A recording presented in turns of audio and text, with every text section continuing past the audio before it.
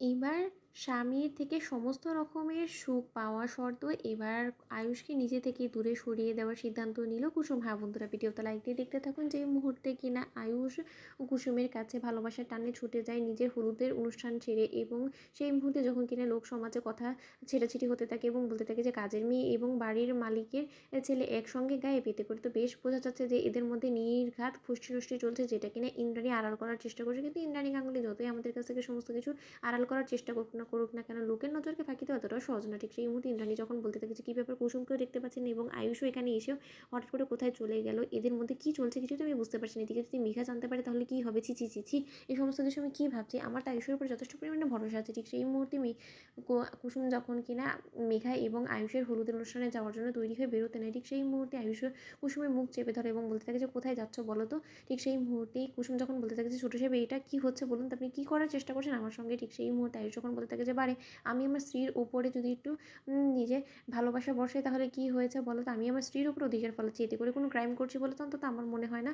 ঠিক সেই মুহূর্তে যখন কিনা আয়ুষকে কুসুম বলতে থাকে যে ছোটো সাহেব এবার অন্তত বন্ধ করে, আমি আপনার কাছে হাত জোড় অনুরোধ করছি যে আপনি যে সমস্ত কিছু করছেন সেটা মেঘা ম্যাডামের প্রতি আপনি অন্যায় করছেন এবং দেবীমাকে আপনি ঠকাচ্ছেন। দেবীমা কিন্তু আপনার উপর অন্ধের মতন বিশ্বাস করে এবং আপনি আপনার আমার দেবী মাকে আমার কাছে অপমানে স্বীকার করতে চাইছেন, সেটা কিন্তু আমি কোনো মতেই মেনে নেব না এবং এই সমস্ত কিছু কিন্তু আমি কাম্য ছিলাম না। ঠিক সেই মুহূর্তে মীনাকে যখন বলতে থাকে যে দিদি গো দিদি, একবার বরঞ্চ তুমি কুসুমের ঘরে গিয়ে আয়ুষের খোঁজ করে দেখো তো যে আয়ুষকে কোথাও ওখানে পাও কিনা, কারণ বলা তো যায় না আয়ুষ যেহেতু রুমে নেই, গোটা বাড়িতেও নেই, তাহলে নিশ্চয়ই কুসুমের কাছে গিয়েছে, নয়তো কুসুমকেও তো এখানে দেখা যাচ্ছে না। ঠিক সেই মুহূর্তে যখন কিনা ইন্দ্রাণী বলতে থাকে যে আর যদি ছোটো তোর কথা না মিলে তাহলে কিন্তু আজকে তোর একদিন কি আমার একদিন। ঠিক সেই মুহূর্তে ইন্দ্রাণী গাঙ্গুলি যখন কিনা সেই ঘরে ঢুকে পড়ে হঠাৎ করে এবং সেখানে যখন কিনা আয়ুষ এবং কুসুমকে তোরা কাছাকাছি ঘনিষ্ঠ অবস্থায় দেখতে পাই, ঠিক সেই মুহূর্তে ইন্দ্রাণী গাঙ্গুলি চমকে ওঠে এবং বলতে থাকে যে আয়ুষ, তোমার তো স্পর্ধা কম না, তুমি আমাদের সমস্ত লোকেদেরকে দাঁড় করিয়ে রেখে অপেক্ষাকৃত রেখে তুমি মেঘাকে অপেক্ষাকৃত রেখে তুমি এদিকে কাজের মেয়ের সঙ্গে ফুসফুসটি করে বেড়াচ্ছ এবং এই সমস্ত কিছু আমাদের সকলের সামনে দেখতে হচ্ছে, এবং এবার যে লোকে আমাকে নিন্দমন্দ কথা জানাবে এবং সেই সমস্ত কিছু আমি কী করে মা হয়ে সহ্য করবো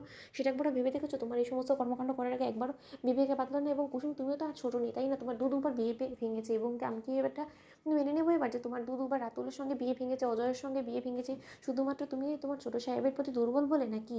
আমার তো এবারে সেই রহস্যের গন্ধ পাচ্ছি আমি। কুসুম, এই সমস্ত কিছু যদি সত্য হয়ে থাকলে তাহলে তোমার কিন্তু আজকে আর রক্ষে নেই। তুমি আমাকে বলো যে তুমি আয়ুষকে কেন নিজের প্রতি টানার চেষ্টা করছো, যেখানে তুমি কিনা খুব ভালো করে জানো যে আজকে সন্ধ্যেতে ওদের 4 হাত এক হতে চলেছে এবং মেঘা এই উপস্থিতিতে যদি এই সমস্ত কিছু দেখে ফেলে তাহলে কি হবে। ঠিক সেই মুহূর্তে সেখানে মেঘা চলে আসে এবং এসে বলতে থাকে যে ও মাই গড আয়ুষ, তুমি এই মুহূর্তে আমাকে ছেড়ে তুমি কুসুমের সঙ্গে কী করছো বলো তো। আমি জানি যদিও যে তোমাদের মধ্যে খুব বেশি ভালো বন্ধুত্ব, কিন্তু সেটা বন্ধুত্বের থেকে একটু দ্বিগুণ পরিমাণে বেশি বেড়ে গিয়েছে না তোমাদের মাখামাখিটা, তোমাদের বিবেকে বাঁধে না এই জিনিসটা। তো বন্ধুরা লাইক কমেন্ট শেয়ার করো, সাবস্ক্রাইব করতে ভুলো না।